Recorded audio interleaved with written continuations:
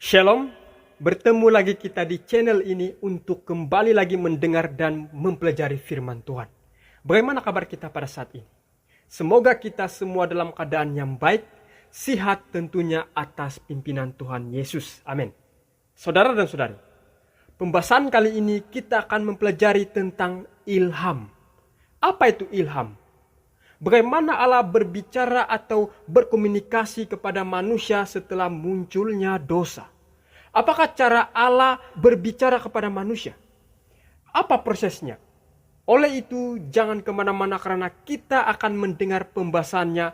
Tetap fokus dari awal agar kita mengerti. Dengan demikian kita akan mengetahui kehendak Tuhan yang pastinya sesuai apa yang Alkitab katakan. Karena Alkitab merupakan standar pendidikan orang Kristen sebagai buku rujukan utama. Apapun yang kita dengar, apapun yang kita anuti, apapun yang kita percaya, pertanyaannya, apakah itu atas dasar Alkitab? Jadi, mari kita utamakan Alkitab, yaitu firman Tuhan.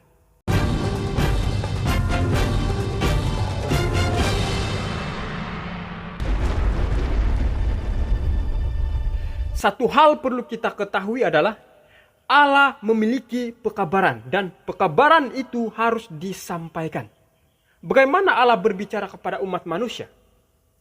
Yaitu dalam berbagai cara. Perhatikan ayat ini. Setelah pada zaman dahulu, Allah berulang kali dan dalam pelbagai cara berbicara kepada nenek moyang kita dengan perantaraan nabi-nabi. Maka pada zaman akhir ini, Ia telah berbicara kepada kita dengan perantaraan anaknya yang telah Ia tetapkan sebagai yang berhak menerima segala yang ada. Oleh Dia, Allah telah menjadikan alam semesta. Pemazmur juga mengatakan dalam Mazmur 29 ayat 3 hingga 9. Suara Tuhan di atas air, Allah yang mulia mengguntur. Tuhan di atas air yang besar. Suara Tuhan penuh kekuatan. Suara Tuhan penuh semarak. Suara Tuhan mematahkan pohon aras. Bahkan Tuhan menumbangkan pohon aras Libanon. Ia membuat gunung Libanon melompat-lompat seperti anak lembu. Dan gunung Sirion seperti anak banteng. Suara Tuhan menyemburkan nyala api. Suara Tuhan membuat padang gurun gemetar. Tuhan membuat padang gurun Kadesh gemetar. Suara Tuhan membuat beranak rusa betina yang mengandung. Bahkan hutan digundulinya. Dan di dalam baitnya setiap orang berseru, hormat. Sebelum dosa, hanya Adam dan Hawa yang dapat berkomunikasi secara langsung dengan Allah. Namun, setelah manusia jatuh dalam dosa, membuat manusia tidak dapat lagi bersekutu dan berkomunikasi dengan Allah. Namun, setelah berabad-abad, Allah telah pun menemukan cara berkomunikasi dengan makhluk ciptaannya di seluruh dunia. Allah menunjukkan dirinya sendiri kepada manusia dengan cara yang terbaik. Tergantung pada kapasitas mereka, sehingga mereka dapat menerimanya. Allah menggunakan bahasa universal untuk berkomunikasi dengan mereka yang tidak mengetahui apapun tentang Dia, yaitu alam dan hati nurani. Karena apa yang dapat mereka ketahui tentang Allah nyata bagi mereka, sebab Allah telah menyatakannya kepada mereka.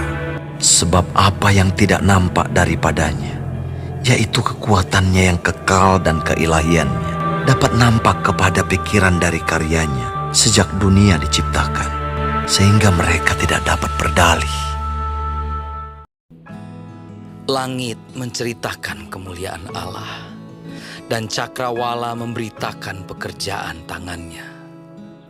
Lalu pertanyaannya, bagaimana Allah menyampaikan pekabarannya kepada manusia? Allah menyampaikan melalui wahyu. Ia menyampaikan pekabaran kepada seorang nabi melalui wahyu, dan nabi itu harus meneruskannya pula kepada orang lain.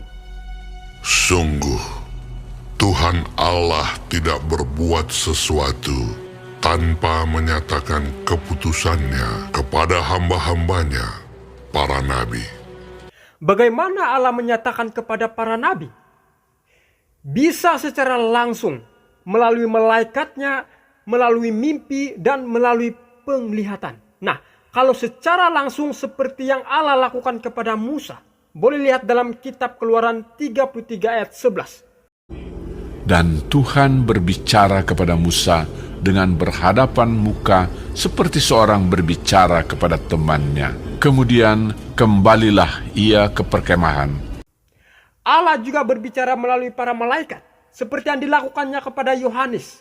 Perhatikan ayat ini. Lalu ia berkata kepadaku, perkataan-perkataan ini tepat dan benar, dan Tuhan, Allah yang memberi roh kepada para nabi, telah mengutus malaikatnya untuk menunjukkan kepada hamba-hambanya apa yang harus segera terjadi. Bahkan Allah juga menyatakan pekabaran melalui mimpi seperti yang dialami Nabi Daniel. Pada tahun pertama pemerintahan Belshazzar, Raja Babel, bermimpilah Daniel dan mendapat penglihatan-penglihatan di tempat tidurnya. Lalu dituliskannya mimpi itu.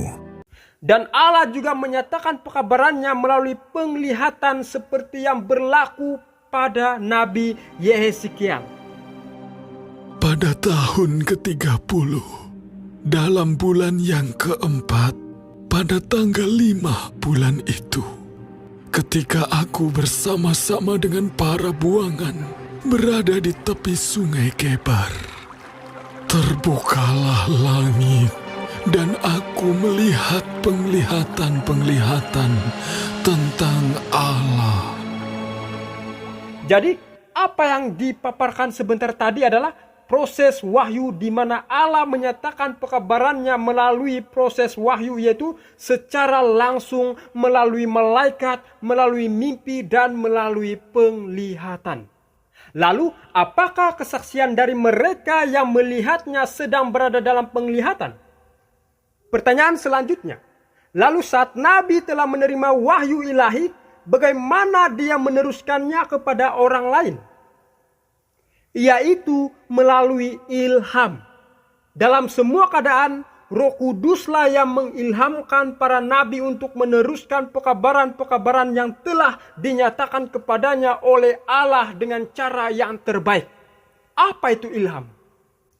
Ilham adalah proses di mana Roh Kudus mempengaruhi pikiran nabi dan menolongnya untuk menyatakan melalui perkataan atau tulisan apa yang Allah ingin nyatakan kepada manusia. Saya ulangi, ilham adalah proses di mana Roh Kudus mempengaruhi pikiran nabi dan menolongnya untuk menyatakan melalui perkataan atau tulisan apa yang Allah ingin nyatakan kepada manusia. Segala tulisan yang diilhamkan Allah memang bermanfaat untuk mengajar, untuk menyatakan kesalahan, untuk memperbaiki kelakuan, dan untuk mendidik orang dalam kebenaran. Mari kita lihat sekali lagi. Proses wahyu yaitu langsung dari Allah, melalui malaikat, melalui mimpi, melalui penglihatan. Proses ilham pula yaitu Roh Kudus mempengaruhi pikiran nabi untuk menyatakan pekabaran yang telah diterimanya. Mereka mungkin menggunakan asisten untuk menulis atau untuk mengatur dengan lebih benar kata-katanya. Para penulisnya dapat menyusun materi-materi yang sudah ada. Bahkan kutipan-kutipan dari para penulis non-Alkitab untuk membentuk satu materi yang diilhami oleh Allah. Saudara dan saudari, banyak kita pernah dengar khususnya di zaman ini. Ada saja yang mengakui mendapat mimpi. Ada yang mengaku mendapat penglihatan. Ada juga mengatakan ada nabi pada zaman ini sehingga mengklaim bahwa mimpi atau penglihatan yang dialami itu benar berasal dari Allah. Apakah benar demikian?